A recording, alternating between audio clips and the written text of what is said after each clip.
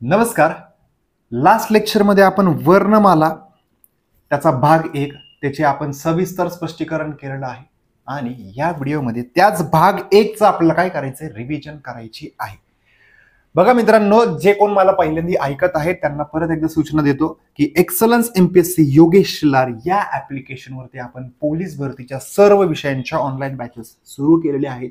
त्यातली मराठी विषयाची पण बॅच सुरू केलेली आहे आणि मराठी विषयाचा पहिला टॉपिक त्याचा भाग 1 आपण बघितलाय.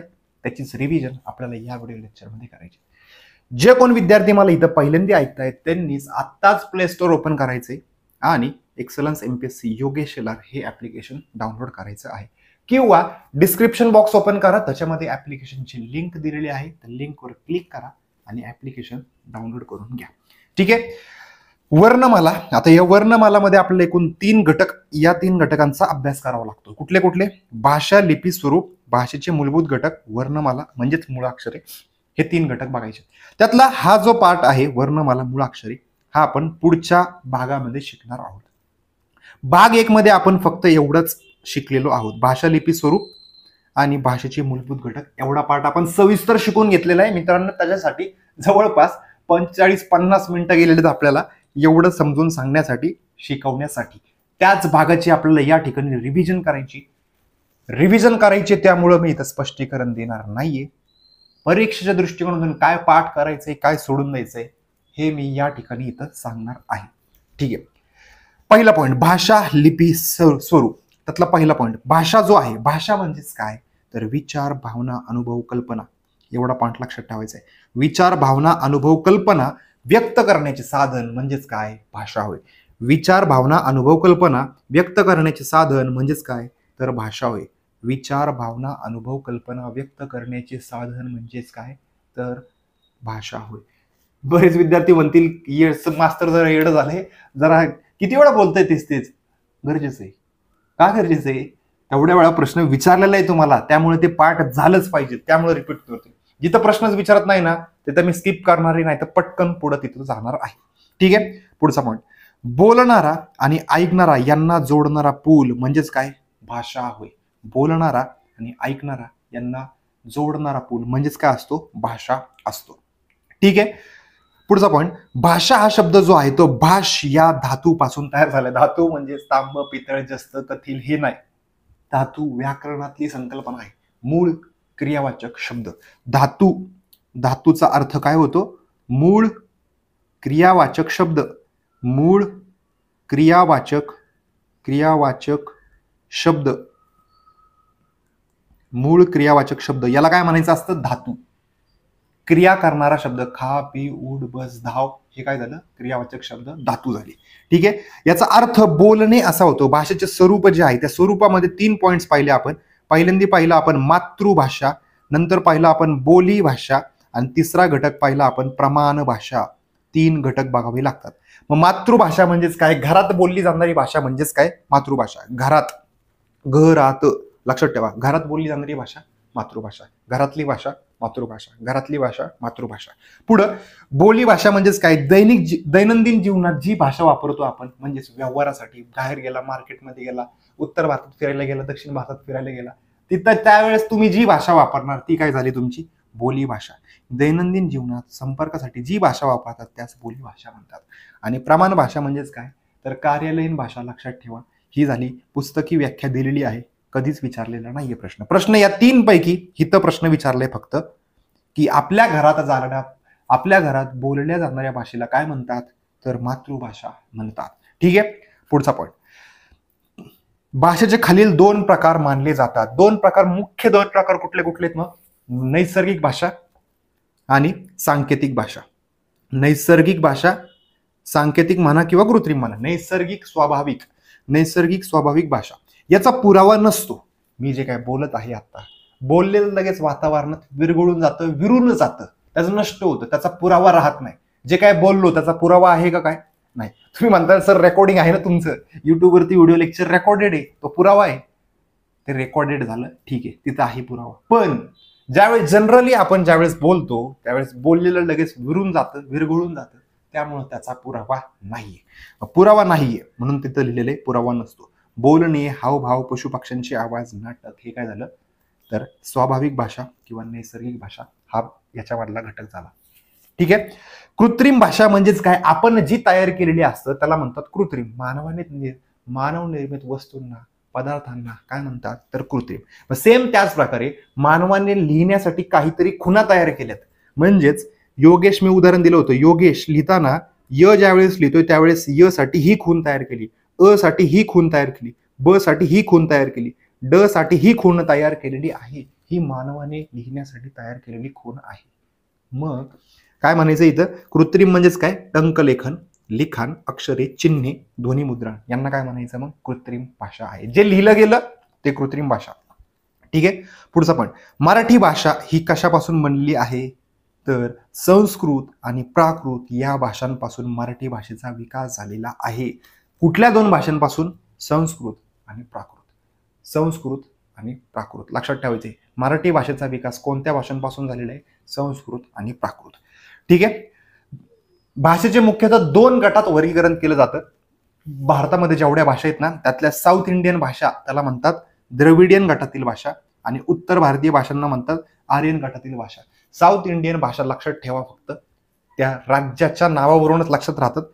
तेलगू जी भाषा आहे ती तेलंगणा, तेलगू. तेलगू भाषिकांचा पहिला प्रदेश आंध्र प्रदेश. प्रश्न विचारतात. तेलगू भाषांचा पहिला राज्य आंध्र प्रदेश. ठीक आहे.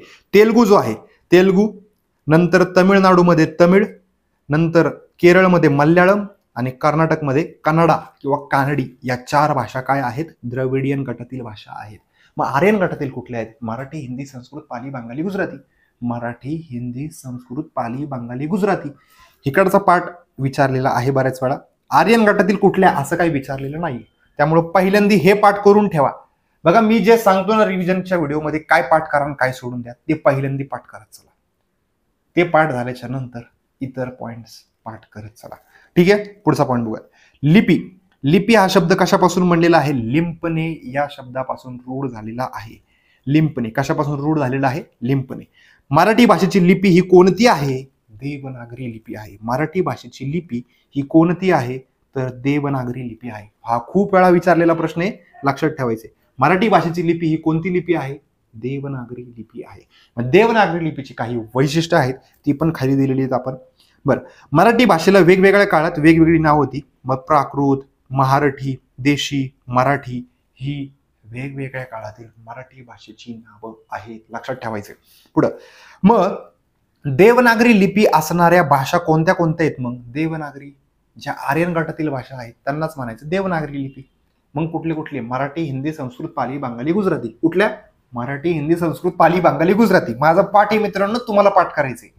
देवनागरी लिपी असणाऱ्या भाषा कुठल्या आहेत, मराठी, हिंदी, संस्कृत, पाली, बंगाली, गुजराती. मग परत एकदा रिपीट करू, मराठी, गुजराती, संस्कृत, हिंदी, बंगाली आणि पाली. मी पाठ करताना सिक्वेन्स वेगळा पाठ केलाय जो मी सारखा बोलतो, मराठी, हिंदी, संस्कृत, पाली, बंगाली, गुजराती. तुम्हाला ज्या सोयीने पाठ करता येईल, ज्या ट्रिकने पाठ करता येईल त्या ट्रिकने तुम्ही ते पाठ करा. पाठ करणं आपल्याला गरजेचं आहे. ठीक आहे. लिपीच्या शोधामुळे काय झालेलं आहे, लेखन शक्य झालेलं आहे. लिपी शोधली गेली म्हणून तर लिहिलं जाते. लिपीच नसती तर लिहिता आलं असतं का, तर नसतं आलं. ठीक आहे. देवनागरी लिपीवरती एक आडवी रेषा मारतात, तिला काय म्हणतात तर शिरोरेषा म्हणतात. काय म्हणतात, शिरोरेषा. प्रत्येक ठिकाणी इथं आडवी लाईन मारलेले आहेत बघा आपण. दक्षिण भारतातील भाषा द्रविडियन गटातील असून वरती काय देतोय मी, आडवी रेषा देतोय, त्याला काय म्हणतात, शिरोरेषा म्हणतात. शिरोरेषा. देवनागरी लिपीतील शब्दांच्या वरती आडवी रेषा देतात त्याला म्हणतात शिरोरेषा. ठीक आहे. दक्षिण भारतातील भाषा ज्या आहेत त्यांना द्रविडियन गटातील भाषा असं म्हणतात. मग द्रविडियन गटातील भाषा एकूण किती आहेत तर 6 आहेत. 6 कोणत्या कोणत्या, 2 ऍड करायच्या फक्त. मग कुठल्या कुठल्या, संस्कृत आणि ओडिया. बरोबर, या 2 ऍड केल्या कशामध्ये, द्रविडियन गटातील भाषा आपण एकूण 4 सांगितल्या. 4 आणि या 2 टोटल किती झाले, 6. लक्षात ठेवायला सोपं आहे. तमिळनाडूमध्ये तमिळ भाषा बोलतात, आंध्र प्रदेशमध्ये तेलुगू बोलतात, केरळमध्ये मल्याळम बोलतात, कर्नाटकमध्ये कन्नडा बोलतात. या 4 झाल्या आणि या 2 संस्कृत आणि ओडिया. टोटल किती झाल्या, 6 भाषा अभिजात भाषा आहेत. मराठी ही अभिजात भाषा दर्जा दिलेला आहे का केंद्र सरकारने, तर आजपर्यंत तरी दिलेला नाहीये. ठीक आहे. देवनागरी लिपीत प्रत्येक ध्वनीला स्वतंत्र वर्ण असते. देवनागरी लिपीत प्रत्येक ध्वनीला स्वतंत्र वर्ण असते. हा प्रश्न जळगाव 2018ला पण विचारलाय, त्याच्यानंतर पण बऱ्याच वेळा विचारलेला आहे. ठीक आहे. भाषेचे मूलभूत घटक वर्ण आणि अक्षर हे कंपॅरिझन मध्ये लक्षात ठेवा मित्रांनो, लक्षात राहायला सोपं जाईल. वर्ण म्हणजेच काय, ध्वनी लक्षात ठेवायचे. वर्ण म्हणजेच काय, ध्वनी. जे मी बोलत आहे तो वर्ण आहे आणि जे लिहून ठेवलं ते अक्षर आहे. एवढं सिंपल आहे. जे मी बोलत आहे, जो ध्वनी बोलत आहे तो ध्वनी म्हणजेच काय आहे, वर्ण. जे बोलतोय, जे वर्ण आहेत, जे बोलतोय त्याचा ध्वनी जो आहे त्याला काय म्हणायचं, वर्ण. मग तोंडावाटे बाहेर पाडणाऱ्या मूलध्वनींना काय म्हणतात, वर्ण असे म्हणतात. ही आहे तशी डेफिनेशन तुम्हाला सारखी सारखी विचारतात, लक्षात ठेवायचे.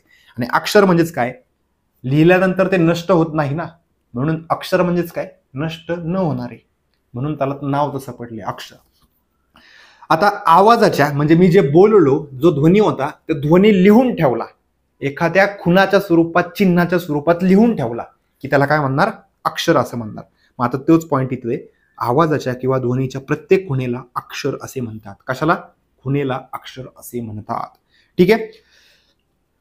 बोलणे नष्ट होते परंतु लिहून ठेवल्याचे दीर्घकाळ टिकते, म्हणून या सांकेतिक खुणांना अक्षर असे म्हणतात. सांकेतिक खुणांना जे लिहून ठेवते ते खुणांच्या स्वरूपात, अक्षरांच्या स्वरूपात लिहून ठेवते आपण, बरोबर. लक्षात ठेवायचं पॉइंट. आता 2023ला हा प्रश्न विचारला होता, अक्षर म्हणजे काय, ध्वनी चिन्हे. अक्षर म्हणजे काय, ध्वनी चिन्हे. अक्षर म्हणजे काय, ध्वनी चिन्हे. अक्षर म्हणजेच काय, ध्वनी. बघा, ध्वनी जो आहे, फक्त ध्वनी म्हटलं तर तो कोण आहे, वर्ण आहे. फक्त ध्वनी म्हटलं तर तो वर्ण आहे, बरोबर. आणि लिहून ठेवल्यावर तो कोण आहे, अक्षर आहे.